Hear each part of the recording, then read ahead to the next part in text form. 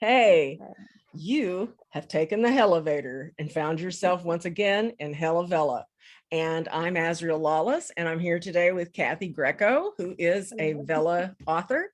And we're going to talk to her about her Vella experience. Say hi, Cathy. Hi, thank you so much for having me here today. You bet. You bet. I'm tickled to have you. I've had a hiatus, and you're my first guest back since Oh, then. So I'm pretty happy about that. Happy to get started again.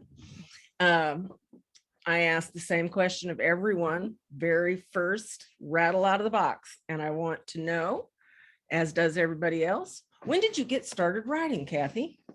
it's a little bit of a convoluted story, and I think I've probably taken a different path than a lot of other authors have taken. When I was young, I had a very hard time dealing with people. I don't know what to say in conversation with people a lot of times, so I don't know how to talk, but I became a very, very good listener to people. And so part of that was I love looking at people and finding out their stories, and of course, that led to I love to read. And getting to know people in books, I felt like they were my friends. They were, the people that I didn't have to worry about what I needed to say to them. It was easy reading. And so when that happened, I really I connected with books, I think, more than people. So when I was about in middle school, starting high school, I knew I wanted to do something with these worlds. I wanted to be a part of these worlds somehow. And because my older brother was a writer, at that point he knew he wanted to be a writer. In my mind, I thought, well, he's the writer. So that means I have to do something else. And I sort of veered towards acting. I thought that would be a great way to become part of these worlds, the stories like Narnia, Star Wars, Little Princess. I could live all those worlds out by becoming an actor. And so that's what I sort of did. I didn't do it as serious as I should have, but for the next 15, 20 years, I pursued acting. Did It's you? good. Yeah, I was never great, I don't think, because my own self-consciousness and my lack of dedication hindered it. But I did. I always enjoyed acting. And then when I was in my like mid 20s, I think, I realized that I was limited by theater because there were all these wonderful plays and all these wonderful shows, but because of, you know, you have to meet a certain look, a certain age range, whatever the director is looking for, and especially as a woman, there's only so many parts you're going to get to play, and if you're too short, you're not going to get to do this one, or if you're too If you're old. too tall, you're not going to get to do this one. Exactly. You never know what the director is looking for. And I got frustrated a little bit, I think. And so about that time, I started sort of doodling, you should say, with writing. I started just experimenting. I wrote a script for a children's play. Um, I did a lot of dinner theater, and I ended up writing a script that we performed for a while with that. And I realized I actually liked writing more than performing because when I write, I get to be all the characters. I get to fully live in this world and get inside their heads. So that started to take off. And I will never forget, it was right before I got married. I was at my day job and I was sitting there and I just got this image in my head of a battlefield with mist on it, dead bodies lying everywhere. And I had this sentence roaming around in my head and it would not leave my head. So I wrote it down, and when I got home, I started, you know, playing. Okay, well, how did this situation? What is this leading to? And so I wrote a couple chapters of it, and then life interfered, and I got married, had a couple of children, so there was not a lot of time for writing. And then after a few years, my mother got diagnosed with Alzheimer's, and she came to live with us. And it was shortly after she passed away that I actually sat down and I went back to what I had written. And the book ended up becoming Redemption, which is the Vella that I just released not too long ago. It started off as a paranormal thriller about vampires. But after my mom passed, it became a lot more. It's a very personal story to me because it deals with the things that happen to us in life, the mistakes we make, the mistakes we think we make, forgiving others and forgiving yourself. All of that came into the book, as well as some of my acting experiences. The main character is an aspiring actress, and so some of the little background details are things that are taken pretty much from my life. So that's how I ended up writing that story, and that's when I realized, yeah, this is what I want to be doing. I don't even think I have a choice in it. It's like those stories, they come into your head, and if you don't put them down and try and get them out there, they just keep lingering and prodding at you, going, hey, I'm here. So Yes. that's So what started all. when was this? I don't have a sense of the timing. Well, I don't like to be too specific because then that reveals how old I really No, am. no. It But you was said that redemption is a Vella, so yes, you I just wrote it, and then I let it sit for quite a few years. I moved on to other stories, and because it was so personal, I didn't want to release it. I was not ready to put it out and have other people read this. And I worked on a couple of other stories. I got some flash fiction stories published through other locations, and a very, very silly romance novella that I have on Kindle that I wrote for a specific call. But Redemption was one that I wanted to wait, and when Vella came out, I realized, I think I'm finally ready to do it. And Vella, everyone on Vella is just so supportive that it seemed like a very warm, welcoming place to release it. it is. Yeah. That's the Vella community, and I've said it on lots and lots of videos. It Mhm. is really the heart and soul of the fun and the enjoyment of writing for Vella. It comes a great deal of it comes from the Vella writers community. So Yes. it's pretty neat. So when did you publish your first Vella? My first Vella has actually been published, I believe it's only been 4 months. And Wow. that was Thistle, my young adult. And I tried it because I had this story that I've always loved. It didn't fit traditional publishing requirements because it's a young A, but it doesn't have a love triangle or anything like that. And it's a little bit unusual. But so I thought, well, Vella sounds like a wonderful thing. I've been a fan of fan fiction for many a years, so I was familiar with the general format of Vella. I thought I'm going to try this, and I put out a few episodes, and people started reading it. Wow, And very I cool. was I was like, people I don't know are actually reading my work. And it started to take off. And it's just, as a writer, I'm sure you know, having someone reading your stories is such an amazing feeling. And then the fact that it's doing well financially as well is just a bonus. But Yeah, I like to say I yeah. haven't, yeah. It's absolutely intoxicating, I think.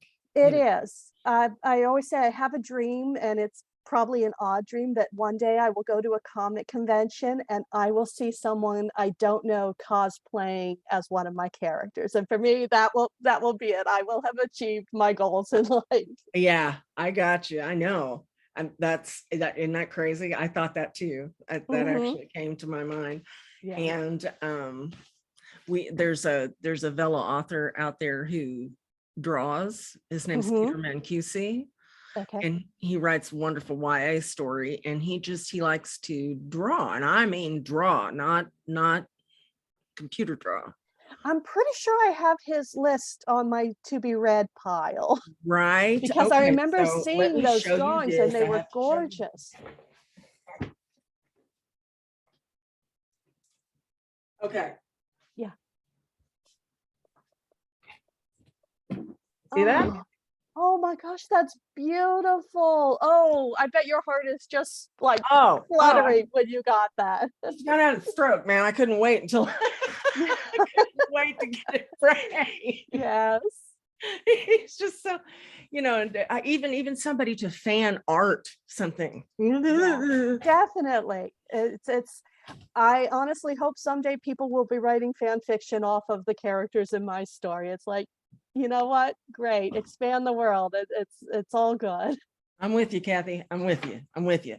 Okay, Mhm. so Thistle went up about 4 months ago, and Thistle you had Yes. already written. It just didn't Yes. fit traditional publishing. Right. I did. I submitted it to one or two publishers, and they were all, "Oh, we love this story, but it's not really commercially, it doesn't." Viable. Exactly. It's like, "We like it, but if you're willing to change everything about the story, we can publish it." And it's like, "No, you know what? I think I want to keep the story the way it is. It may not be for everyone, but I know there are people out there who I think will enjoy it." And Avella has given me that opportunity to find those people. So give me the blurb.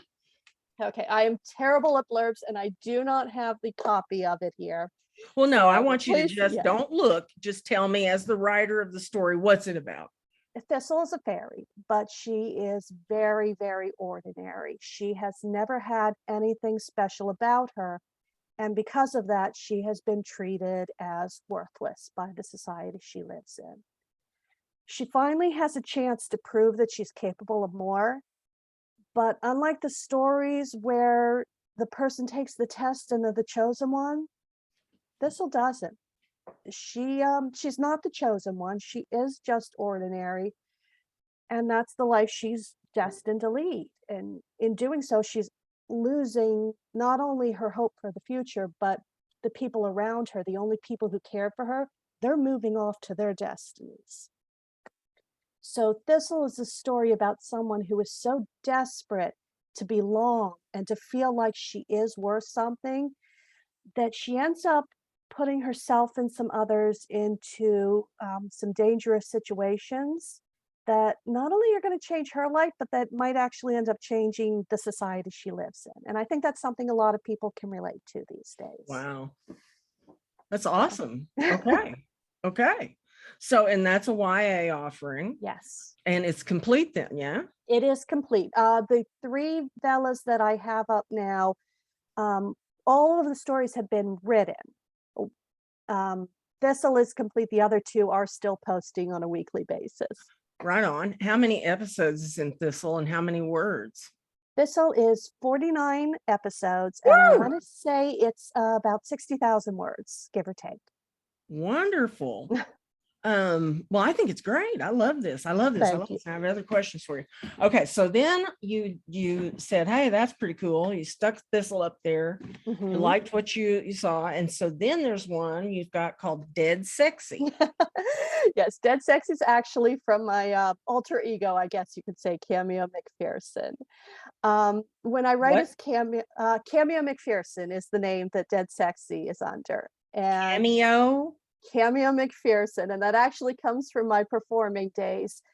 For about 10 to 15 years, I was the member of a singing group that performed at Renaissance festivals. Ah, And that was my character name. And we did sing PG-13 songs. I like to say we never crossed the line, but we really did like to straddle that line a lot.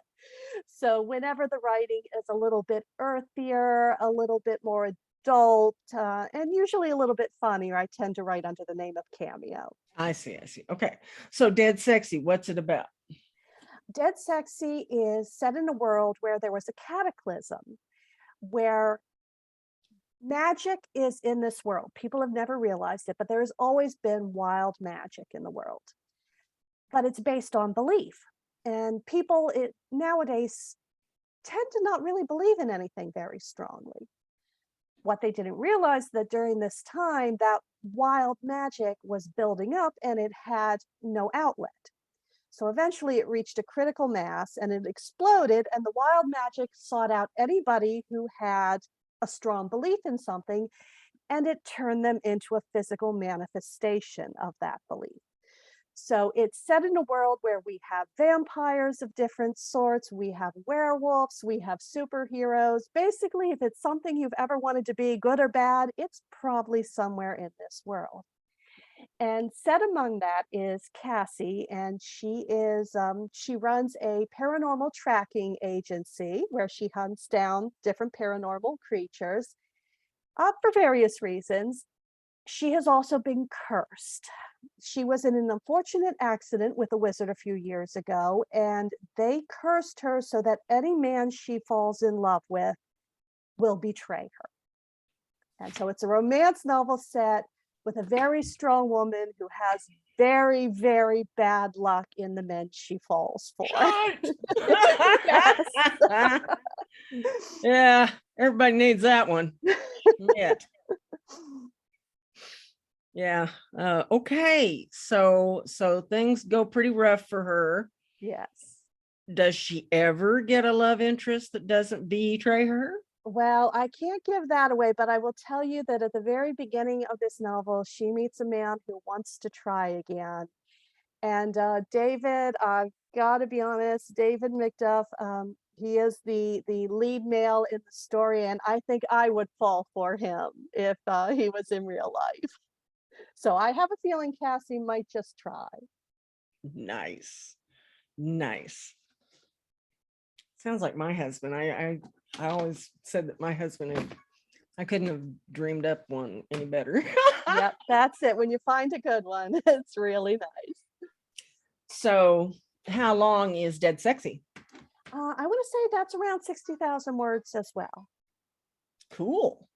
And then so it's similarly 49 episodes. It might be a little bit longer because that one has shorter chapters. I tend to write more chapters, but they're shorter bites in that. Right on. So what's the average bite of your stories? I would say I go from about 900 to probably 1,500, but most of them come in around 12 or 1,300. There's a few more others where we're in a scene that I realize like, oh, I don't think anyone's going to want me to cut this scene off midway. So I'll put an extra 100 or 2 words in there. Was that tough for you to take these already written works and, sort of retrofit them to the platform? I was surprised to find that it wasn't. I have been told many times in the past, though, that I write as if I'm writing for movie or television. And I think that comes from my theater background, that I tend to already write in scenes. So it was worked easier. out good. It really did. That's why I said Vella when I found it. It was like, I think they designed this just for me. No, it was for me. I'm sure. Well, there we go. No, I have said it on other videos, but I think it was sort of a zeitgeist. Mm-hmm. I think there were many of us out there who had been either disillusioned with traditional publishing and just hadn't, tried self-publishing for one reason or another or whatever, or, kind of half-assed tried it like I did. And, just never made anything of it. But when this came along, boy, this just had a different sound, a different feel, a different energy. It was always, it seemed to me from the very beginning, sort of an energetic, youthful platform, It is. And it's so wonderful because with traditional publishing, and I'm never going to, criticize traditional publishing because for hundreds of years, it's been a wonderful thing. But I think that with the gatekeeper system of traditional publishing, a lot of wonderful stories and a lot of wonderful authors who's maybe don't fit the exact little boxes, they don't get that chance. Whereas Vella, we have some amazing talent here, and they're getting a chance to tell stories that otherwise would have been locked behind that wall saying, nope, doesn't fit what, is in the market right now. So right. We can't do it. Right. And this is actually setting the market. Mm-hmm. Yeah.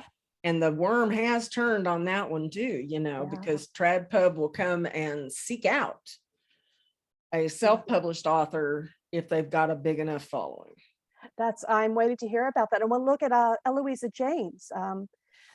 She's a romance novelist, absolutely wonderful. I read her books, got them from the bookstore all the time. And when I first came on Vella and I saw that she was on here, it was like, okay, that's telling me something right there, that this is going to be something worth checking into.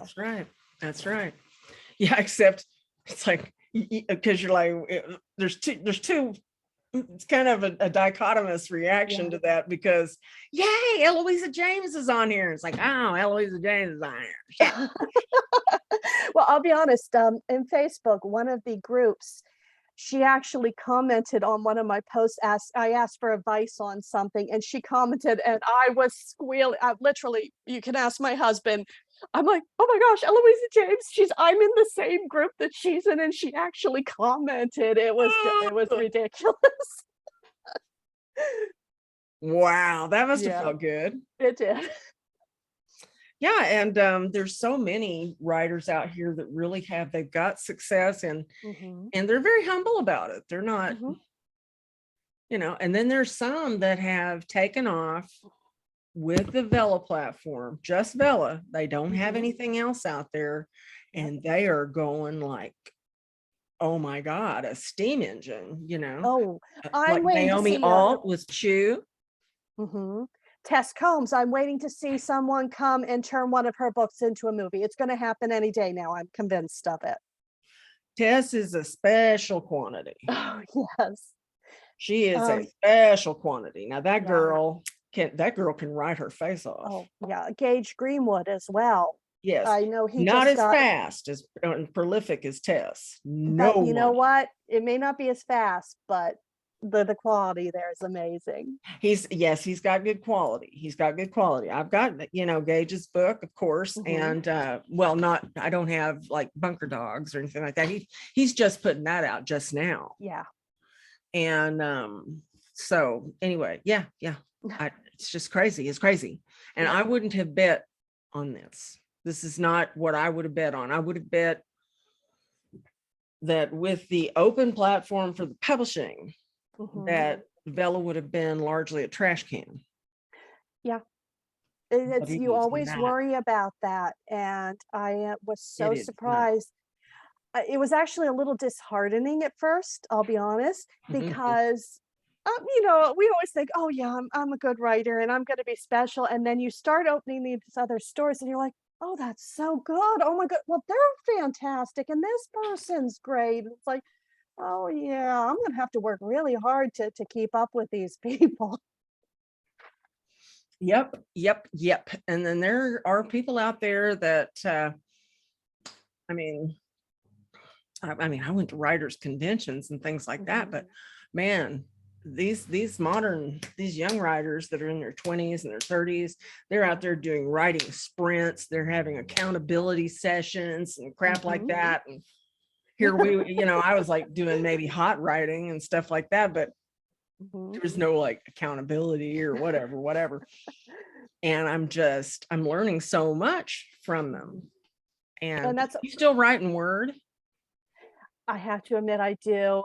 I've had people try and get me to switch, but I'm just so used to it. I like the way it feels. It suits my needs. So for now, I'm sticking with it.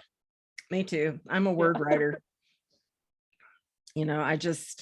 I think if I got another piece of software, I think my head would explode. Oh, definitely. It's bad enough now that I'm trying to navigate TikTok. I'm having to have my children explain to me what to do with this because I'm still not quite getting it. Right. And if you want to talk about the algorithms and how you do it really Hmm. right, let me know.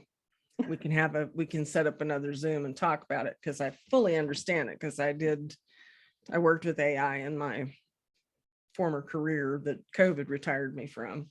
Oh, I think that would be wonderful. Right. Now, don't look at my account as an example, because I'm not doing the right Hmm. things. Hmm. I'm not. I know what the right things are, but I'm Right. not doing them. Yeah. I'm having fun with my TikTok account. Hey, that's important too. Yeah. But if you are going to be on TikTok, Hmm. don't talk about anything but books and writing. That's it. Oh, okay. I did not know that. That's good Yeah, advice. Thank that's you. what you want. You don't want to talk about anything but books and writing. You want to make sure that the algorithm understands who you are Hmm. and what you do. And you want to make certain that you use the book talk tag in everything I that see. you That's put great out. advice already. And and then eventually you will get, because TikTok is like a river. Hmm. Okay. And you're standing on the side. Okay. What you want is your inner tube to be in that fast stream. Hmm. So you're trying to get enough videos out there to show the AI Hmm. what you're about and get yourself wedged in there. That makes sense. Yeah. And so yeah, it's actually easier for me to understand, because it's a very pure AI Hmm. approach that they use. Okay. Instagram, I'm mystified. I think everyone is. Well, I will tell you though that Instagram will probably be fading away soon since I have joined it. So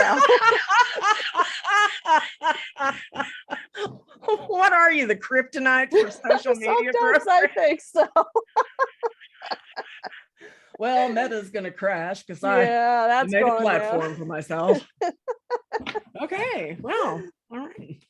So so I've gotten Thistle, Mhm. Dead Sexy, and then the last one is Redemption. You did Yes. mention it and something about what it was about. This sounds fascinating.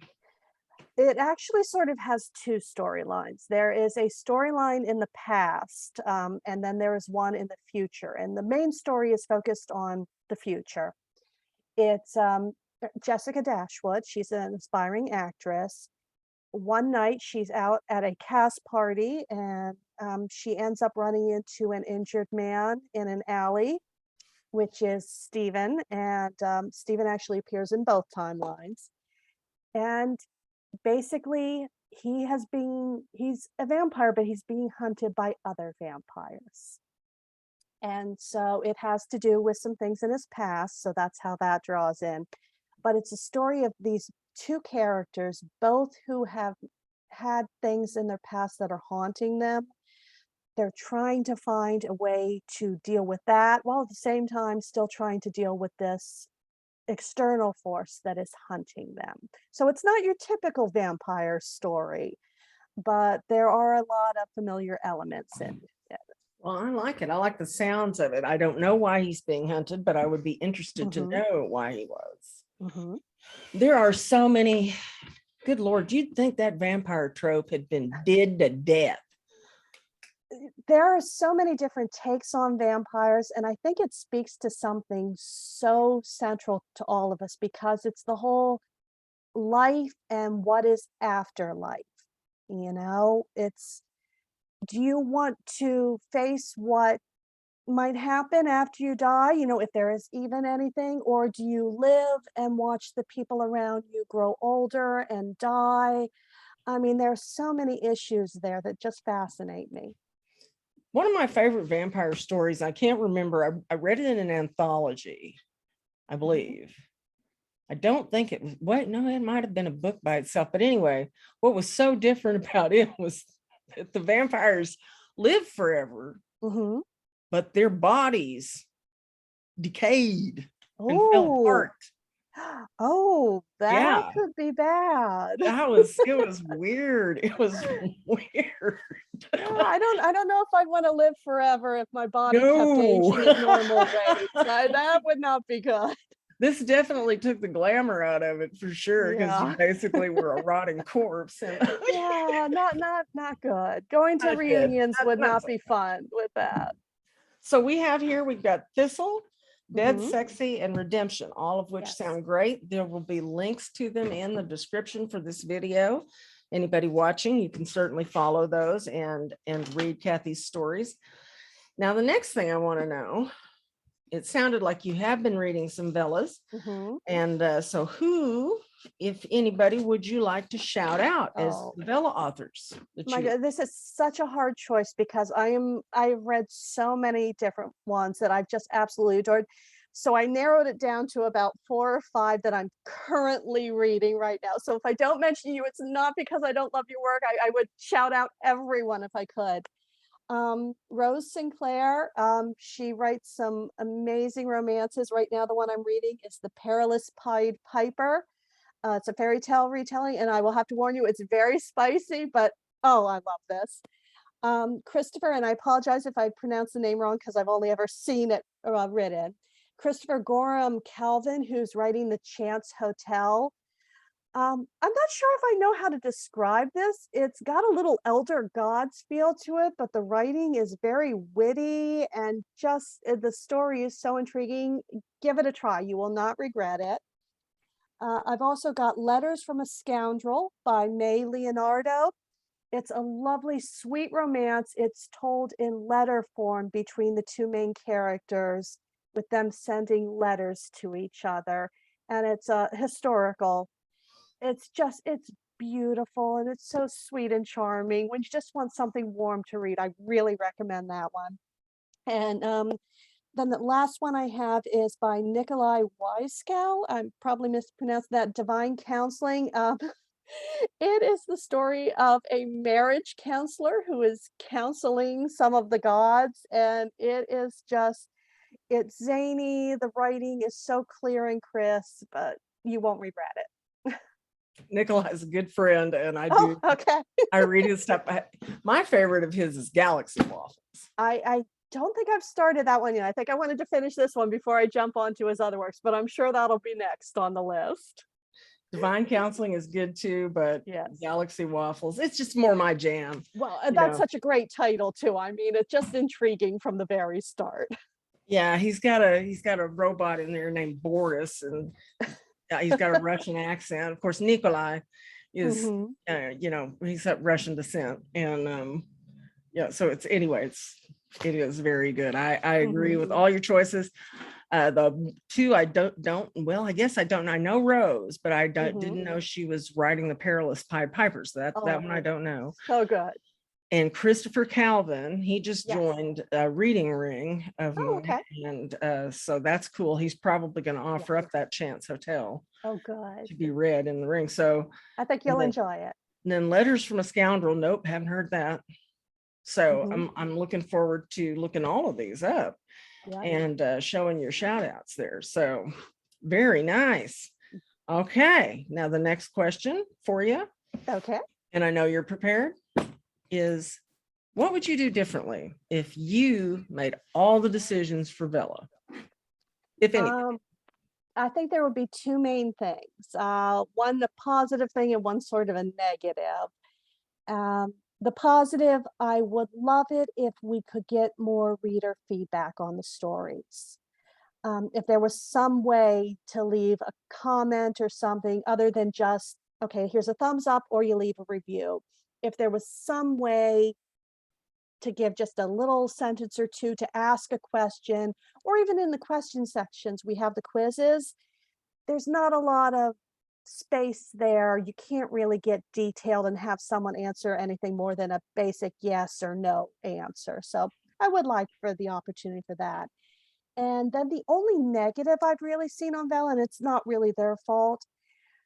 Recently, I've noticed a lot of added stories where they are obviously written by computers or something, where we're having under the newly added stories, people who put up 100 episodes at once. The titles are disjointed sentences that I don't think have ever been spoken in English. And when you open up the first thing just to see before even opening the episode, the sentences look like they were written by computers. I'm not sure what's going there, but I wish there was a way we could filter out the obvious ones, because people spend so much hard work actually writing. For someone to come in and just do this as a money-making thing and not even write a story, not even attempt to write something of their own, I think it diminishes Vella. But I don't know what they could do to They're keep those from trying. appearing. Yeah. They are trying. It's AI is wonderful, but it's also, got its issues. And it's not just AI. A lot of these, when we first started seeing them, you could tell they'd been run through a translator program a couple of times. Yeah. And it's, the good thing is that I think by looking at them, and even before you open the first episode, you can tell that they are not actually written, so you can avoid them. But it would be nice just to find a way to clear them off entirely, or at least quickly after they come on. So that would be my suggestions. Yeah. Unfortunately, from a business standpoint, Amazon's best bet at stopping it is to stop paying the really high bonuses. Yeah. And no one wants that. No. But I think that's where we're going. Yeah, eventually, of course. They chopped them in half this last month. Yeah. But somebody told me that was an anomaly. Oh, really? Oh, well, fingers crossed. And actually, if I could, I'd like to add one more thing, and I'm pretty sure every Vella writer is hoping for this. anytime they want to go international, I'm on board for that. Yes, everybody's ready, Yes. except for me, because I'm convinced that as soon as we're international, the bonuses are ended. You know what? It's a double-edged sword. Like I said, the bonuses are nice, and I am not going to turn them down for as long as they want to offer them. But the idea of having people all around the world reading my stories, I'd almost be willing to trade it for it. Yeah, I think it's coming. I think it's Yeah. coming. They're having to work, they've got software problems, they've got hardware problems. Oh, yeah, of These course. problems were born of the fact that, back in 2002, Jeff Bezos threw as much money as he could at his systems. And so they were the cream of the crop back then and whatnot. And they did a wiki kind of way of keeping, corporate information, and it ballooned up like a trapper keeper. And now it's like an old car that you're trying to bolt new fenders and stuff onto, and it no worky. Now they could replace it all, but it would mean taking down Amazon for a week or two. Yeah, I don't think they're going to do that. And that's not going to happen. Yeah. That's not going to happen. So they'll just have to keep gimping by with what they've got. I had one of the Vella authors that I've interviewed was a patent and trademark lawyer. Oh, okay. Copyright lawyer. And she said that one of the big problems she saw was that each individual episode, as it goes up, is getting its own copyright number. Oh, I did not realize that, but I guess it makes sense. Yeah. I didn't either, but that's what that little ISBN they assign each one of them has. Well, I did realize I was looking into copyrighting the full work of Thistle because I'm putting that on Kindle next and releasing it as a paperback. And there is now an application where you can, under one number, copyright the episodic work. Oh, good. But that's through the copyright agency. So I don't know if Amazon will eventually find a way to do that as well. We'll talk about that, you and me, as we go forward. Yeah. Sounds good. That's very cool. Yeah. Well, you've only been around for 4 months. So yeah, I've been gone for like 6 weeks of that. So I haven't had a chance to get to know you. All right. So, well, let's see. We found out who you like to read. We found out what you write, gotten the names of those, and we're gonna link all that stuff. And I understand you have a very talented son. We will be definitely putting a link to his music. Cathy has a very talented son. We'll be putting a link to his music in here. I'm all for it. Keep the family artistic, man. I like that. And let's see. What else do I want to ask you?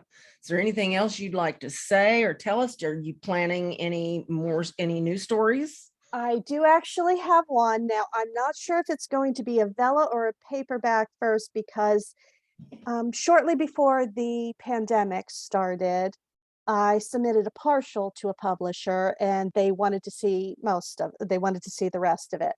So it's hopefully going to be finished within the next 2 weeks. And I feel like I have an obligation to offer it to them first, since they've been waiting so patiently for it. But if they pass on it, it's probably going straight on to Vella. And that would be a space opera with a romantic subplot.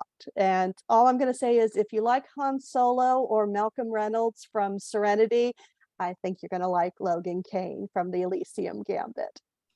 Ooh. Nice.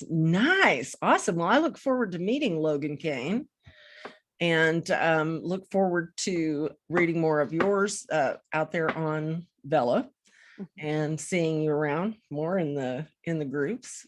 And so I guess that's about it. Well, thank you so much. For someone who's terrified of speaking to people, you made this very comfortable. So thank you. You did just fine. I don't think I even believed you when you said you were shy. That's the split for the alternate personality coming through. It's like, that's the stage presence. Are you Gemini? No, Libra actually. Oh, okay. Yeah, it's a Okay. little bit like to keep things in balance. So, Yeah. Libras are awesome. We Sagittarians get along with you just fine. makes sense. Well, all right, folks. Once again, thank you so much for tuning in to Hella Vella and listening to the interviews that we do out here. So I'm really happy for it. Be sure and subscribe to the channel. Tell your friends. Thanks, everybody. Bye.